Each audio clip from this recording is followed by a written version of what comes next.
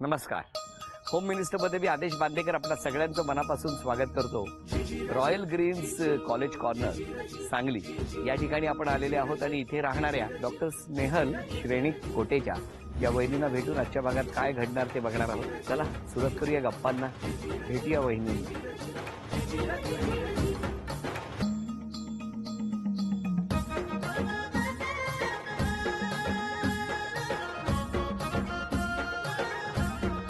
नमस्कार नमस्कार नमस्कार नमस्कार नमस्कार.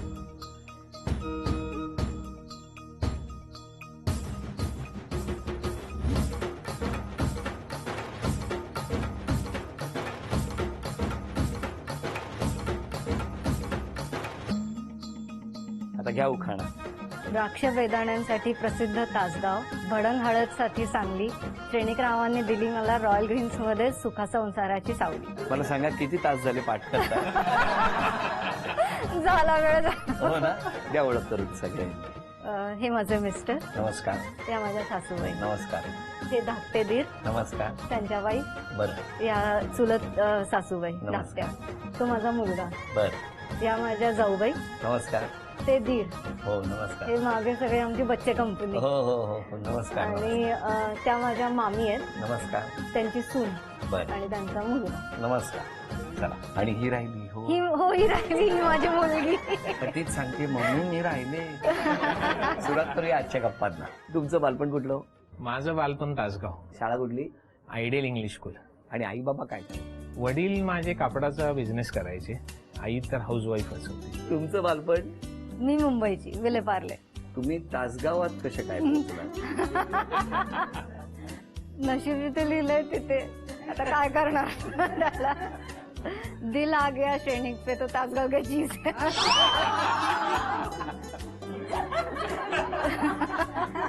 लग्नाला किती वर्ष झाली? 18. 18 वर्षापूर्वी सुद्धा जेवढं गोड हसले नव्हते ना तेवढं 18 वर्षांनी आज पहिल्यांदा हसलेत. म्हणजे सगळं शिक्षण मुंबईत तुमचं? हो, म्हणजे माझं 12th पर्यंतचं शिक्षण मुंबईत. मग BDS मी पुण्याला केलं. अच्छा. आणि परत पोस्ट ग्रॅज्युएशन मुंबईत केलं. मुंबई म्हणजे सगळं मुंबई आणि पुणे. हो. पण खरं तर या पट्ट्यात तुमचे कोणी नातेवाईक वगैरे? माझा आजोळ विटा आहे. विटा. हा. अच्छा. मग तुम्ही विट्याला यायचा का? हो, समर वेकेशन्स मध्ये विट्याला आहे. आणि तुम्ही काय तिकडे विटेवर उभे होते काय? नाही, विटेवर तर नव्हते. माझे कोण रिलेटिव्ह नाही आहेत विटेत. पण आमची ओळख मी विचारली का? नाही. मग विट्याचा ना माझा काहीच मग संबंध एवढं सांगा ना मला तुम्ही. काहीच संबंध नाही. अच्छा. मग तुम्ही विट्याला यायचा. हो. मग विट्यातच राहणं असायचं का विट्यातनं कुठे फिरणं असायचं जायचं आजूबाजूला? तासगावला माझी आत्या आहे. त्याच घरात माझ्या आत्ताच्या घरात माझी आत्या सुद्धा आहे. मग तुम्ही आत्याला भेटायला जायचा? हा. व्हेरी निमित्त. गुड. मार्ग शोधत होतो तो मिळाला. मग काय आता सांगाच, आता होऊनच जाऊ द्या. मग यांची जॉईंट फॅमिली म्हणजे माझी आत्या ही श्रेणीची मोठी काकू. बर. मग एकाच घरात होते ना सगळे. मी बरं. लहानपणी जायचे तिकडे. ह्या जेव्हा तुमच्या आत्याकडे यायच्या यांच्या तेव्हा तुम्ही त्यांना बघायचे का? त्यावेळेस म्हणजे मला आवडायची ती, एवढंच. पण मग तुम्हाला अंदाज आला होता की यांच्या मनात काहीतरी वेगळं आहे? नाही, कधीच नाही. कधीच? कधीच नाही. पण दर सुट्टीत तुम्ही जात होता? बऱ्यापैकी म्हणजे मॅक्सिमम सुट्ट्यांमध्ये. आता सांगा मग कसं काय झालं? मग मी पुढे शिकायला म्हणून पुण्याला आले. आणि हा पण शिकायला म्हणजे आफ्टर हिज ग्रॅज्युएशन तो पण पुण्याला आला. का हो? आता काय ते सांगा. नाही, she was one of the reasons. ते काय म्हणजे त्याबद्दल काय दुमत नाहीये. पण माझे सगळे दोस्त आणि मला शिकायचं होतं. माझा जॉब पण मला पुण्यात लागला आणि त्यावेळेस मला DBM करायचं होतं म्हणून मला पुण्यात ऍडमिशन मिळालं. ती BDS ला होती. तुमचं कॉलेज कुठे होतं? माझं डेक्कनवर. डेक्कन. हा, IMDR. बरं. आणि तुमचं? भारतीय भारतीय विद्यापीठ. विद्यापीठ. ते कुठे आलं? कात्रज. कात्रज. कात्रज. म्हणजे डेक्कन आणि कात्रज हो. अंतर बरंच होतं. हो. मग ते आमच्या दोघांचा एक कॉमन फ्रेंड होता जो MBBS तिथं करायचा. त्याचं कुठे होतं? तो भारतीय विद्यापीठलाच होता. अच्छा. म्हणजे तो तुम्हाला माझा एकदम जवळचा दोस्त होता. त्यामुळे त्याला भेटायला तुम्हाला जावंसं वाटतं हा. कॅम्पस मध्ये. हो. मग पुढं त्याला मी तिथं त्याच्या थ्रू असतानाच तिला भेटायचो, तो असतो असायचाच त्यावेळेस. मग असंच एक दिवशी तिला म्हणलं आपण आता कॉफी प्यायला जाऊ. बर तुम्हाला कॉफी प्यायला बोलवत होते हो. आणि मग माझे जस्ट एक्झाम संपल्या होत्या, म्हटलं ठीक आहे जाऊया. आणि मला असं म्हणजे आता डिस्टंट रिलेटिव्ह आता हॉस्टेलमध्ये बरेच जण भेटायला येतात, वन ऑफ देम असं वाटलं. मग गेलो कॉफी प्यायला आणि तिकडे गप्पा मारत मारत कोण काय करतायत, काय कोणाचं काय चालू आहे असं डिस्कशन होत होतं.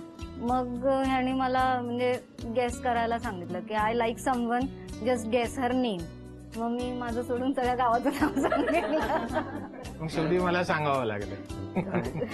ती फिरून फिरून फिरून विषय दुसरीकडे जायला लागले. समजल्यावर मग मी तिला सगळं सांगितलं. तुम्हाला धक्का नाही बसला? अगदी जोरात बसला. असं थेट हे सुखद धक्का बसला, पण बसला धक्का. हो ना?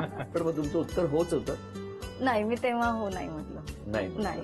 एका कॉफीत काय आपण एका कॉफीत कुठे होकार. हा मग माझं एज्युकेशन चालू होतं, मग म्हटलं थांबलं पाहिजे. म्हणजे ठीक आहे, विचारलं आहे सगळं बरोबर आहे, पण एज्युकेशनला फर्स्ट प्रायोरिटी आहे. मी पहिला माझं एज्युकेशन कम्प्लीट करणार, तू काहीतरी करायला लाग, मग आपण पुढचं पुढे बघूया. मग काय झालं होतं तुम्हाला? होकार तर मी मिळाला. एज्युकेशन करत बसली, मी वाट बघत बसलो. किती वर्ष? 3 वर्ष गेली. अच्छा. 3 वर्ष गेल्यावर तिला मी म्हणलं आता तुझं एज्युकेशन संपलंय, आता तरी आपण पुढे नेऊया या विषयाला. तिनं तिच्या घरी सांगितलं, मी माझ्या घरी सांगितलं. तोपर्यंत तिनंही घरी सांगितलं नव्हतं. मी नाही, घरी सांगायचा प्रश्नच नव्हता. पण तुम्ही दोघांनी एकमेकांना हो म्हटलं होतं का? हो, त्यावेळेस म्हणली होती ती. कधी? सेकंड टाइम जेव्हा विचारलं मला, किती कॉफी झाले ते तोपर्यंत? नाही तेव्हा कॉफी प्यायला नाही गेले. त्याच्यानंतर भेटतच होते ना हो, तुम्हाला? हो. भेटणं सुरू हो, होतं? भेटणं चालू होतं. अच्छा. मग सेकंड तुम्ही परत एकदा प्रयत्न केला? नाही, जेव्हा आम्ही पहिल्यांदा भेटलो ना, त्यानंतर 1 महिन्या 2 महिन्याने ती म्हणली की ठीक आहे, will be on good terms. आपण माझं शिक्षण संपूसपर्यंत थांबू. मग आम्ही भेटायचो, फिरायला जायचो. पण मग मला सांगा, तुमच्या घरी कसं कळलं? मग नंतर तुम्ही मी सांगितलं, सांगितलं. काय प्रतिक्रिया होती? नाही, शॉकिंगच होतं सगळ्यांना.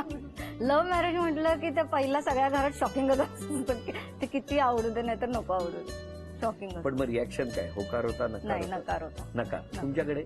विषय फक्त नकारचा एकच होता की ही मुंबईची हा. आणि मी तासगावचा, हा. हे नाही जमणार. त्यांनी इथं आलं तर लाईफस्टाईलचं भयंकर मोठी तफावत आहे.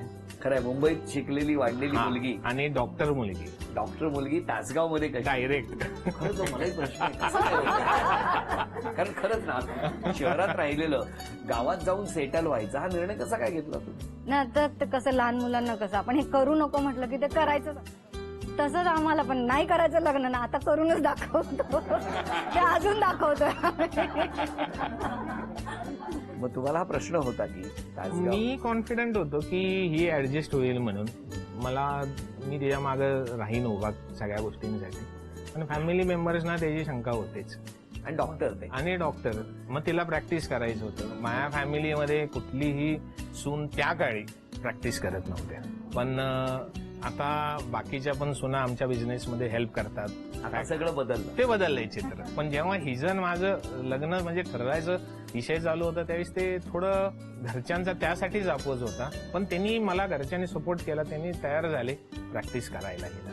अच्छा. हो. आणि तुमची अट असेलच ना की मला प्रॅक्टिस करायची? ते अगदी बॉटम लाईनच होतं. काही झालं तरी प्रॅक्टिस करू द्यायची मला. बाकी तुम्ही काय म्हणाल ते करायला तयार.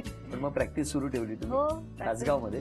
पहिला तासगावला. किती पहिले वर्ष? 10 वर्ष मी तासगावला केलं. पण मला सांगा, आता सगळं एकदम मग एकदम. पण मग लग्न जेव्हा झालं तर दोन्ही कुटुंबातले सदस्य होते का? दोघांनी मिळून केलं का? जाऊन केलं? काय नाही केलं? नाही, अरेंज झालं. मी आणि काका आणि माझे मोठे भाऊ जाऊन त्यांच्या घरी जाऊन डिस्कशन करू कन्व्हिन्स केलं त्यांना. आता कसं वाटतं इतक्या वर्षात? छान वाटतं. म्हणजे नो रिग्रेट्स. ऍब्सोल्युटली काय नाही. आणि इतका मोठा निर्णय घेतला तुम्ही, समाधानी आहात? हो. निर्णय बरोबर होता? म्हणजे मला माहित होतं मी एक तर प्रोफेशनली डॉक्टर आहे, त्यामुळे जगात कुठे गेले तरी पेशंट्स मिळणारच मला. मग बाकीचं मला सांगा, पोस्ट ग्रॅज्युएशन झाल्यावर लग्न झालं? नाही, लग्नानंतर पोस्ट ग्रॅज्युएशन. लग्नानंतर मुलगा झाला, मग पोस्ट ग्रॅज्युएशन झालं. पण मग त्या दरम्यान जे प्रॅक्टिसला पेशंट लागतात ते घरातले सगळे घेतले का? ते अजूनही घेतले. अजूनही घरातले पेशंट चालू. कारण त्या दरम्यान प्रॅक्टिस चांगली होण्यासाठी माझ्या मते हे सगळे जाऊन आलेले असणार. पण छान, आता इतकं छान आनंदाच्या वातावरणामध्ये तुम्ही हसताय, सगळं कुटुंब हसताय आणि प्रत्येकाचं स्माईल छान ठेवण्याची जबाबदारी नकळत या माऊलीकडे असतेच. म्हणजे प्रोफेशन म्हणून सुद्धा आणि घराचा उंबरठा ओलांडून आल्यानंतर घरातला प्रत्येक जण समाधानी, आनंदी, हसरं राहावं, सुखात राहावं यासाठी ती माऊली झटतही असते. तेव्हा याच नोटवर या घरात आता पहिल्या खेळात किती बक्षीस मिळणार वहिनींना बघूया. 8 वस्तूंवर 8 टॅग ठेवा.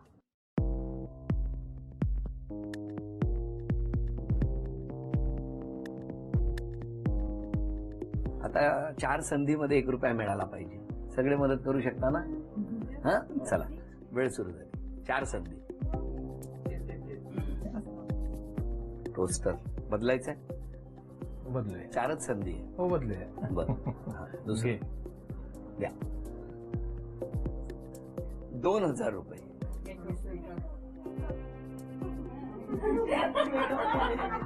मुलगी आपली मेकअप शाळेत डान्सेस वगैरे आहेत का? बदलायचंय? हा, राहू काय हो? हा? 1 रुपया.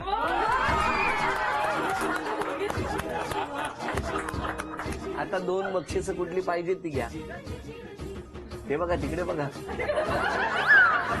मी बघतच नाही काही. कुठल्याही आता 2 वस्तू तुम्हाला असे बक्षीस मिळालंय. 50. हा घ्या, पुढचं घ्या. आता 4थं काय पाहिजे? 100 रुपये. 2151 रुपयाचं बक्षीस सुद्धा तुम्हाला मिळालं. बरं, आता तुम्ही बोलायचं. ती मला हे लग्न झाल्यानंतर मला वाटलं तिचं की बाबा जॉईंट मध्ये ती राहू शकेल का हे, तर ती अगदी म्हणजे मनासारखं माझं सगळं झालं, व्यवस्थित हँडल करू शकली, काही कुठलाही तकलीफ झालेली नाही मला. एकदम छान. हा, नाही यांच्यामध्ये काय बदल? नाही आहे जसं आहे, त्याचा काहीच प्रश्न आला नाही. काही नाही, अगदी बरं. व्यवस्थित म्हणजे प्रश्नच नाही. अजून कोण बोलणार या दोघांबद्दल? श्रेणिक हा माझ्यापेक्षा 3 वर्षांना मोठा आहे, त्यामुळे बऱ्याचशा गोष्टी आम्ही एकमेकाला कायम शेअर करत असतो. आत्ता सुद्धा आम्ही एकत्रच काम करतो आणि बरेचसे प्री मॅरेज त्यांचे जे काय अफेअर रिलेटेड सगळं जे काय असायचं ते माझ्याशी बरंचसं शेअर व्हायचं. हो.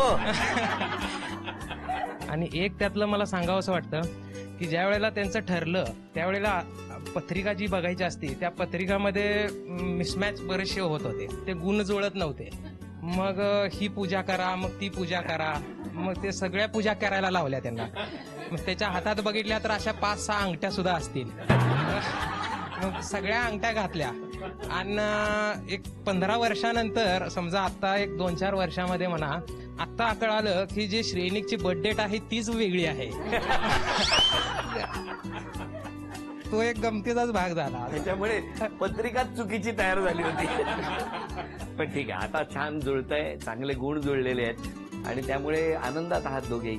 बरं, आता क्षमा मागायची असेल तर कुणाची आणि धन्यवाद द्यायचे तर कोणाला? क्षमा मागायची असेल तर आमच्या अफेअरमुळे ज्यांना कोणाला त्रास झाला, म्हणजे माझ्या साईडच्या वडील लोकांना, सगळ्यांना, काकांना, काकींना, सगळ्यांना, तर त्यांना जो मनस्ताप झाला असेल आणि श्रेणिकच्या साईडच्या सुद्धा सगळ्यांना ज्यांना कोणाला म्हणजे असा मनस्ताप झाला असेल किंवा राग आला असेल किंवा मन दुखावलं गेलं असेल, त्या सगळ्यांना आज तुमच्यामुळे मी अगदी ओपनली सॉरी म्हणते. माझं खरंच कोणाचं माझ्यामुळे मन दुखवलं असेल तर मी मनापासून सॉरी. आणि धन्यवाद त्यांचेच. तुम्ही? जर सॉरी म्हणायचं असेल तर तुझ्या घरच्या साईडच्या लोकांना सॉरी म्हणाल. धन्यवाद. धन्यवाद तर माझ्या भावांना, काकांना आणि फॅमिलीला द्यायला पाहिजे. त्यांनी मला भयंकर सपोर्ट केला ह्या वेळेस, लग्नाच्या वेळेस तरी ऍटलिस्ट, आणि आज पण ते माझ्या मागं कायम प्रत्येक गोष्टीसाठी उभे असते. तुम्ही ते ज्या आत्यांना भेटायला जात होता त्या आत्या कुठे आहेत? त्या आहेत तासगाव. त्या आत्यांना माझ्याकडनं धन्यवाद. या सगळ्या गप्पा सुरू आहेत, पण आता या ठिकाणी मेगा गृहिणी उद्योग यांच्याकडून वहिनींना मिळते आहे मेगा बॅग.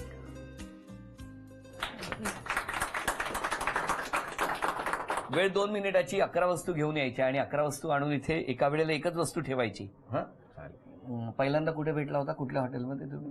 अंगराज. हा, अंगराज. गप. चला वेळ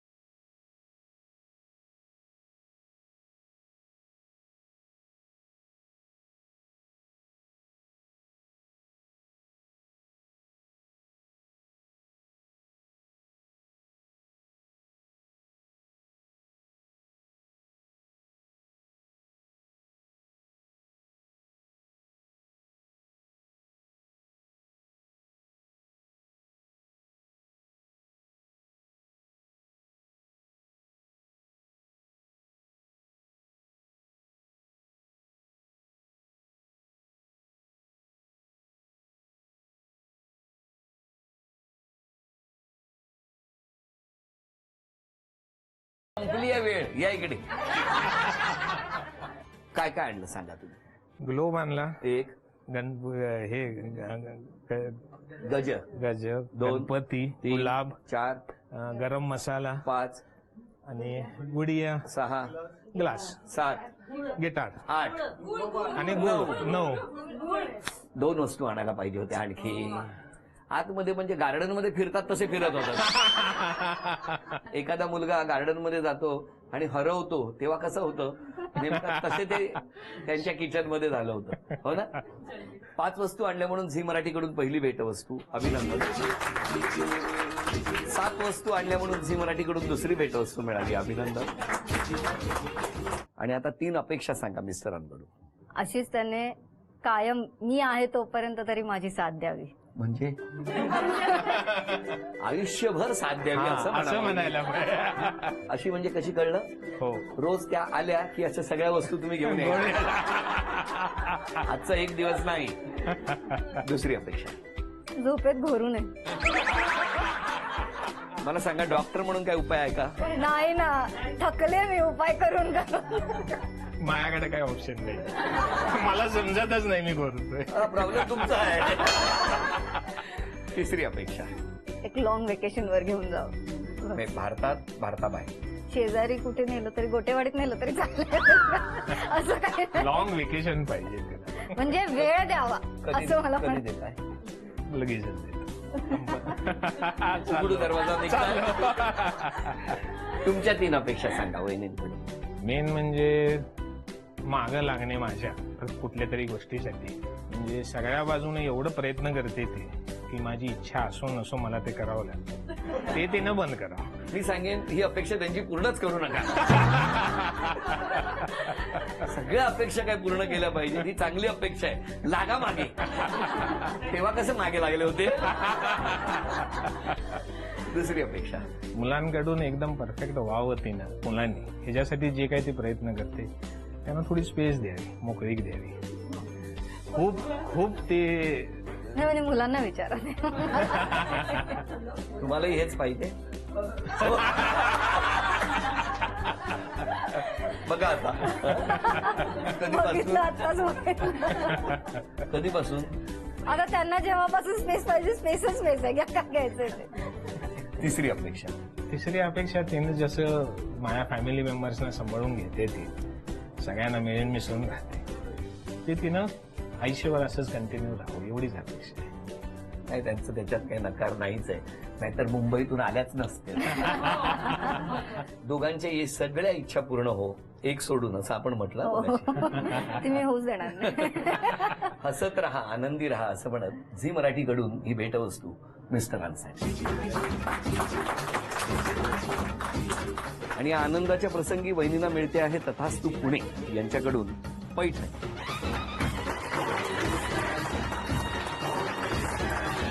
अभिनंदन.